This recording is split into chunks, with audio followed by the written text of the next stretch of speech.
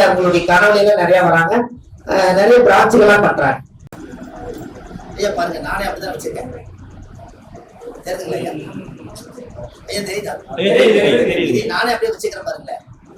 ஏன் அப்படின்னு கேட்டீங்கன்னா, அந்த சித்தர்கள் எல்லாம் யாரு ஜாதகத்துல எல்லாம் புதன் நீசமா இருக்குதோ, ரேவதி நட்சத்திரத்துல யாருக்கெல்லாம் புதன் நீசமா இருக்குதோ ஒரு முறை அந்த கோயிலுக்கு போயிட்டு வாங்க.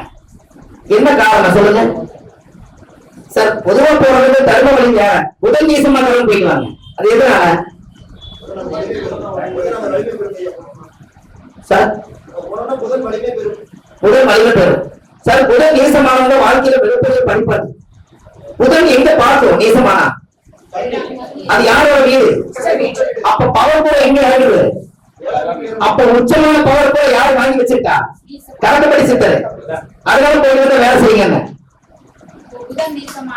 புதன் நீசமானவங்க போனாங்க சார். அந்த நீசம் ஆயிருச்சு.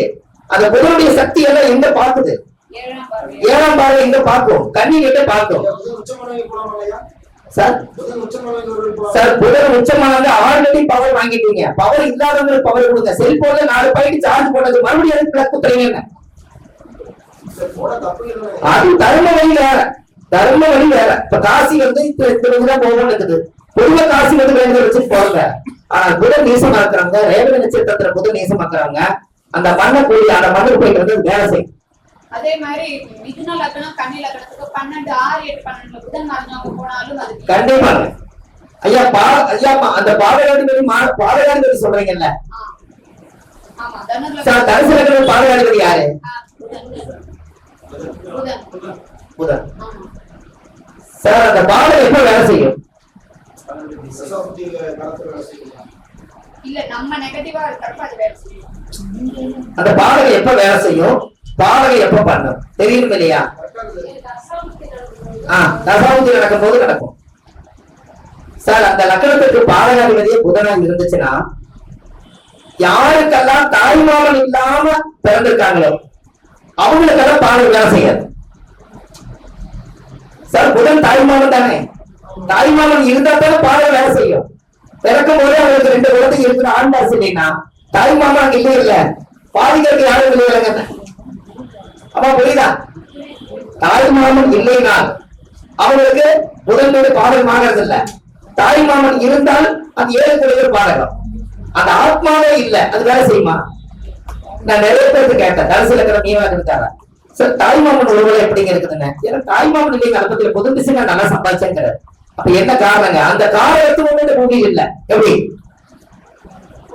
இருக்கிற வரைக்கும் தான் பாதகம் சார். சீர் சீமந்தம் எல்லாம் பண்றாங்களா இல்லைங்களா? அப்ப என்ன தடுக்கல உட்கார வைக்கிறாங்க? சொல்லுங்க. பச்சை தடுக்கல தான் உட்கார வைக்கிறீங்க, கரெக்டுங்களா? அந்த பச்சை தடுக்கல உட்கார, பச்சை தடுக்கு என்ன கிரகம்?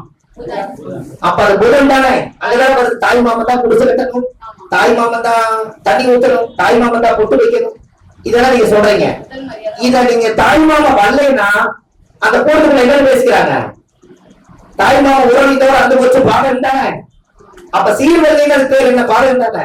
அப்ப அந்த ஆத்மாவே இல்லைன்னா பாடகம் வேலை செய்யறது இல்ல. யாரோ ஒருத்தர் கூப்பிட்டு செஞ்சாராங்க இல்லையா?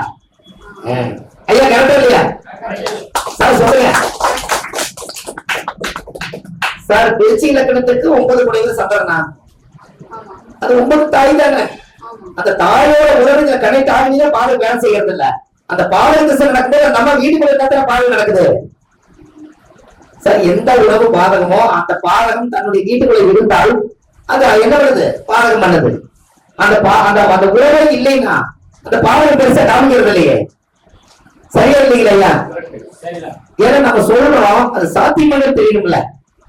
அப்ப அந்த சீமந்தம் பண்ணி கருக்கி அந்த குழந்தைக்கு சீமந்தம் எல்லாம் பண்ணி எல்லாம் பண்றது தாய்மாமன் பேரு கொண்டினாலும் தாய்மாமனோட உறவை கூப்பிடலினாலோ அவங்களுக்கு பெரிய ஒரு வருத்தத்தை கொடுத்துருது. அப்ப தாய்மாமன் உறவே அது ஒரு கிழக்கு செய்வ பாத்தீங்களா இல்லையா? அதுல தாய்மாமனுக்கு பிரச்சனையே ஐயா, பேரே கிழக்கு செய்வேன். அதுல தாய்மாமன் தானே பிரச்சனை. எந்த சீர் சரகையும் ஏத்துக்க மாட்டாரு, இதான பிரச்சனை. அப்போ அந்த பாதகத்துக்கு தான் யாராவது ஒருத்தர் நல்லா பாருங்க, தனுசு நக்கரத்துல ஒரு புள்ள வயசுக்கு வந்து, இல்ல மீன நக்கரத்துல ஒரு புள்ள வயசுக்கு வந்து, அவங்களுக்கு ஏதாவது தாய் மாமனுக்கு சீர் சொல்லிட்டு வந்தா அவங்க சீர் முடிஞ்சு போறதுக்குள்ள ஒரு மன வருத்தம் ஆயிடும். ஒண்ணு விருந்துல இல்ல பேச்சுல.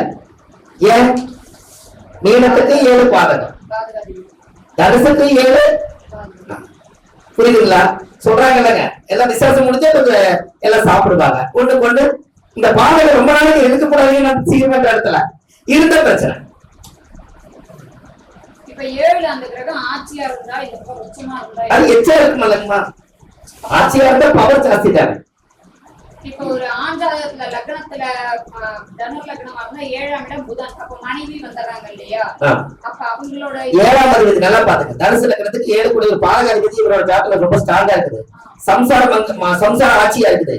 இவர் கல்யாணம் பண்ண ஒரு சம்சாரத்தை சரியா குணந்தரமா பேசி அமைதியா வாங்க கண்ணு போங்க கண்ணுன்னு சொன்னாதான் இவர் வாழ்க்கை உண்டு.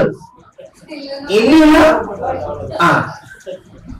அது எடுசாமி அத வைசாமி நீங்க சாமி போகாத.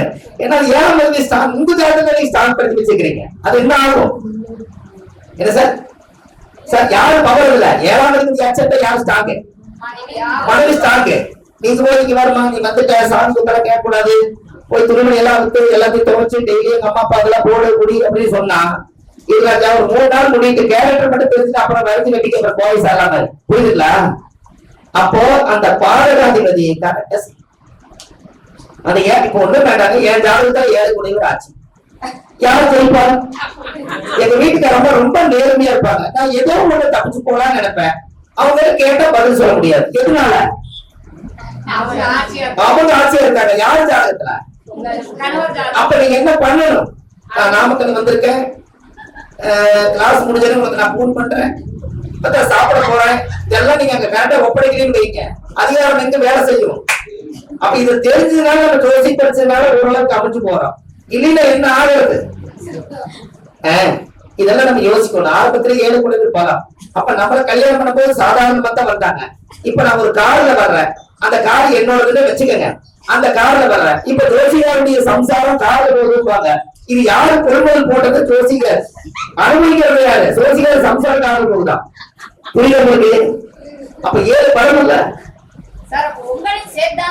அது சொல்றத வைத்து வந்து எவ்வளவு எப்படி வேலை செய்யுங்க. இன்னொரு விஷயம் பாருங்க, அவங்க எங்க என்ன வீட்டு 7 வெச்சில இருந்து 7 கூடியவர் யாருமா? ரைட்டு. அந்த சுக்கரன் எங்க பாக்குறோம்? நான் வீட்டுக்குள்ள மாடி போனாலும் அவங்க அங்க பாப்பாங்க, நான் கீழே வந்தாலும் அங்க பாப்பாங்க, நான் காலுக்குள்ள உட்கார்ந்தாலும் பாப்பாங்க. அப்புறம் தூங்கினாலும் தூக்கிட்டாரு பாத்ரூம்ல இருக்கிறாரா வெளியே வந்து பாப்போம். சார் அந்த கிரகம் என்ன பண்ணுது? சார் சனி வந்து எனக்கு சிம்மத்துல இருக்குது. 10ஆம் பாடத்தை எங்க பாக்குறோம்? சிம்மத்தை பாக்குமா? சொல்லுங்க, நல்லா சொல்லுங்க. சிம்மத்துல இருந்து சனி எங்க பாக்குறோம்? சார் சிம்மத்தை பாக்குறோம். இது என்ன லாஜிக் தெரியுங்களா? சனி சுக்கரன் சேர்க்க பணம் வரவா? நான் கல்யாணம் பண்ணதுக்கு அப்புறம் நான் வந்து காசு சம்பாதிக்க ஆரம்பிச்சிட்டேன். எப்படி? கல்யாணம் பண்ணதுக்கு அப்புறம் அது ஆரம்பிச்சிட்டேன். இன்னொரு மைனஸ் தெரியுங்களா? சனினா வேலைக்காரர் தானே. சனியில வேலைக்காரர் தானே. எங்க வீட்டுக்காரமா சிம்மத்துல இருந்து நேரம் எங்க பாக்குதுங்க? 7ஆம் பாவத்தை பாக்குதா? அந்த வேலை வந்து அதுவே வாங்கிக்கல, வேற அங்கதான் பாக்குதுங்க. அது இருந்து என்னை தானே பாக்குது. நான் எதை குடிக்கும் போது அவங்க போதெல்லாம் சுக்கரனை சனி பார்த்தா சம்சாரத்துக்கிட்ட வேலை வாங்கிடலாம். புரிஞ்சுங்களா? சம்சாரத்துக்கிட்ட வேலை வாங்கிடலாம். ஆனா அந்த கல்யாணம் பண்ணுவாங்க. சார் சனி வந்து வேலையா இருக்காங்க, யார பாக்குது? அப்ப சுக்கரன் வேலை செய்யும் சொன்ன வேலை செய்ய சார். என் ஜாதகத்துல சுக்கரன் ஆட்சி, ஆனா சனி என்ன பண்ணுதுன்னு வேலையா சுக்கரனை பாக்குது. அப்ப நம்ம என்ன வேலை சொன்னா